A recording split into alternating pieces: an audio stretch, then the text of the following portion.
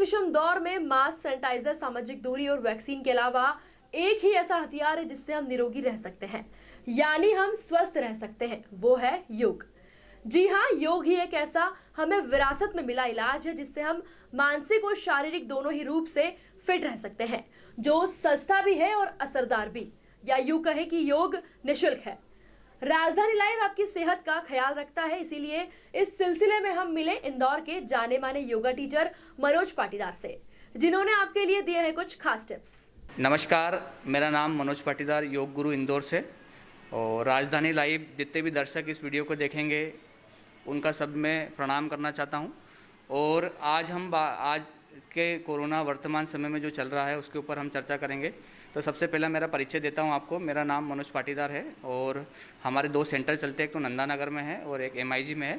और ESI hospital में हम सारे पेशेंट और डॉक्टर को योग कराते हैं। इसके अलावा हम योग में PG डिप्लोमा का भी कोर्सेज कराते हैं, जो कि महर्षि दयानंद वोकेशनल इंस्टीट्यूट से एफिलिएशन है हमारा।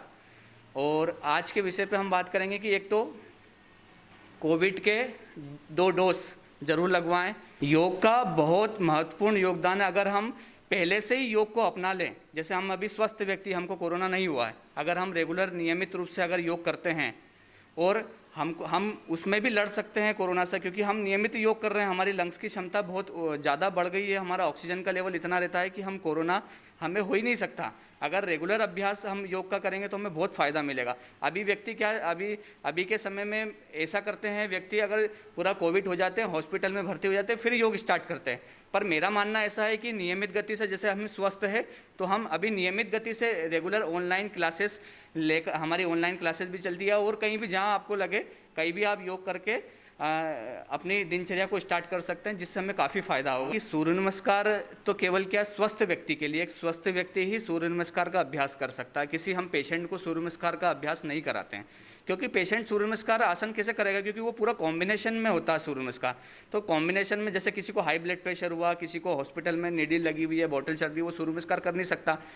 उस कंडीशन में हम क्या करते हैं कि हम ब्रीथिंग एक्सरसाइज कर सकते हैं, कुछ प्राणायाम कर सकते हैं, ओम का जाप कर सकते हैं, उसी से हमें काफ़ी फायदा होगा। तो सूर्य नमस्कार मैं रिकमेंड सिर्फ स्वस्थ व्यक्ति के लिए कर रहा हूँ, बीमार पेशेंट के लिए नहीं कर रहा हूँ। तो कोविड पेशेंट मरीज के लिए कि आप सिर्फ ब्रीथिंग एक्सरसाइज और प्राणायाम को अपनी दिनचर्या में शामिल करें, आपको बहुत फायदा होगा। और आयुर्वेद को भी शामिल करें और वैक्सीन के 2 डोज लगवाएं, आपको बहुत फायदा होगा।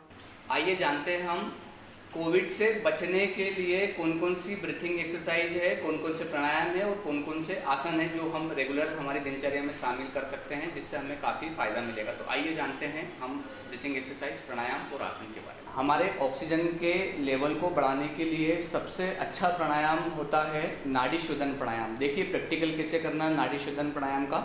ऐसी प्रणव मुद्रा बनाते हैं और राइट साइड को बंद करते हैं, लेफ्ट साइड से श्वास लेते हैं और दुगने समय में धीरे धीरे आराम से राइट साइड से हम छोड़ते हैं, फिर राइट साइड से धीरे धीरे श्वास लेते हैं और दुगने समय में 1:2 का रेशो मेंटेन करते हुए हम लेफ्ट साइड से वापस छोड़ते हैं। ऐसा 1 राउंड कंप्लीट होता है। ऐसे हम लगातार 11 राउंड, 21 राउंड सुबह शाम अगर हम करते हैं तो हमारा ऑक्सीजन का लेवल बढ़ जाएगा और हमें कोरोना से लड़ने में मदद मिलेगी। और अगर हम स्वस्थ हैं तो इस प्राणायाम का अभ्यास करेंगे तो हम स्वस्थ रह पाएंगे, कोरोना से बच सकते हैं।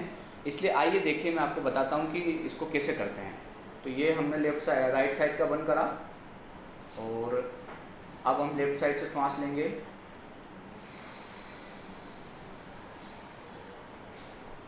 राइट को बंद करके धीरे धीरे लेफ्ट साइड से दुगने समय में छोड़ते जाएं।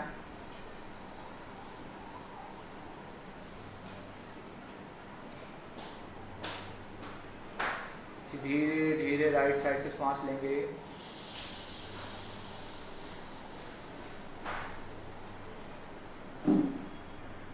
धीरे धीरे आहिस्ता ब्रीथ को कंट्रोल करते हुए श्वास को नियंत्रण गति से छोड़ते जाएं।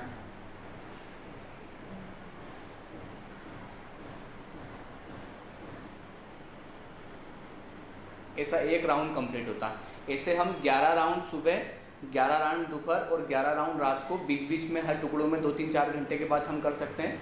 इस नाड़ी शोधन प्राणायाम में हम कुंभक भी लगाते हैं, लेकिन अभी हमको कुंभक नहीं लगाना। अभी हमको सिर्फ 10 सेकंड में सांस लेना है और 20 सेकंड में श्वास को छोड़ना है। जितना आप गहरी श्वास भरेंगे चेस्ट को फुलाते हुए, उतनी ऑक्सीजन हमारे लंग्स में प्रवेश करेगी और हमें एनर्जी देगी। तो देखिए अब इसके बाद में हम बात करेंगे, ये तो नाड़ी शोधन प्राणायाम हो गया, कुछ आपको ब्रीथिंग एक्सरसाइज करके बता रहा हूँ को।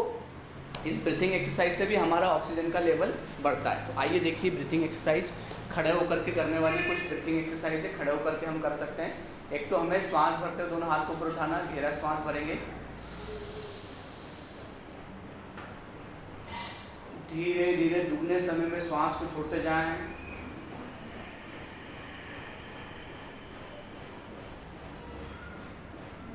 फिर श्वास भरते हुए धीरे धीरे श्वास को छोड़ते हुए वापिस,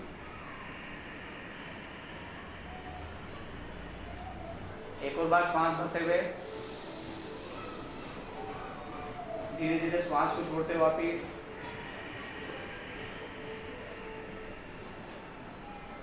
इस ब्रीथिंग एक्सरसाइज को सुबह 10 बार कर सकते हैं हम, दोपहर में भी 10 बार कर सकते हैं और इवनिंग में भी हम इस ब्रीथिंग एक्सरसाइज को कर सकते हैं। इसके बाद एक और ब्रीथिंग एक्सरसाइज आपको मैं बताता हूँ। देखिए दोनों हाथ सामने रख करके श्वास भरते हुए हमारे चेस्ट को फैलाना है। जितना आपके छाती के ऊपर, आपके लंग्स के ऊपर, हार्ट के ऊपर खिंचाव आएगा, उतनी हवा हमारे लंग्स में भराएगी।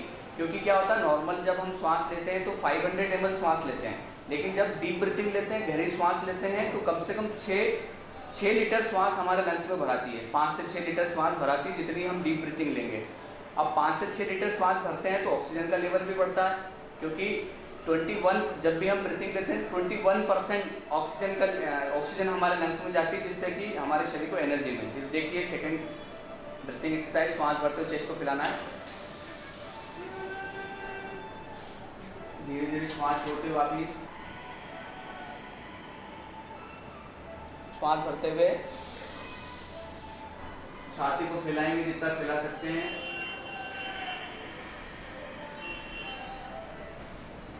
श्वास भरते हुए धीरे धीरे वापिस।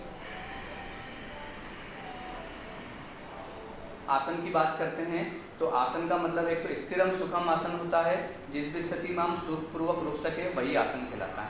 आज हम वर्तमान समय में कोविड महामारी से बचने के लिए कौन कौन से आसन हम कर सकते हैं, आज उसके ऊपर हम चर्चा करेंगे। तो हम ज़्यादा से ज़्यादा उन आसनों का उपयोग करेंगे जिसके ऊपर हमारे लंग्स के ऊपर और हार्ट के ऊपर खिंचाव आए। जितना खिंचाव आएगा ना, उतना हमें इस महामारी में फ़ायदा मिलेगा। इसको कोविड जो पेशेंट है वो भी और जो नॉन पेशेंट है उनको भी फ़ायदा मिलेगा। तो देखिए हम कौन कौन से आसन कर सकते हैं। तो सबसे पहले हम भुजंग आसन करेंगे। तो ये पेट के बल लेट जाएँ। पेट के बल लेटने के बाद में दोनों हाथ को शोल्डर के पास रख के धीरे धीरे ऊपर उठाना है, श्वास भरते हुए चेस्ट के ऊपर खिंचाव लाना है, गले के ऊपर खिंचाव डालना है, धीरे धीरे वापस आना है। 10 सेकंड रोकने के बाद में धीरे धीरे वापस आएंगे।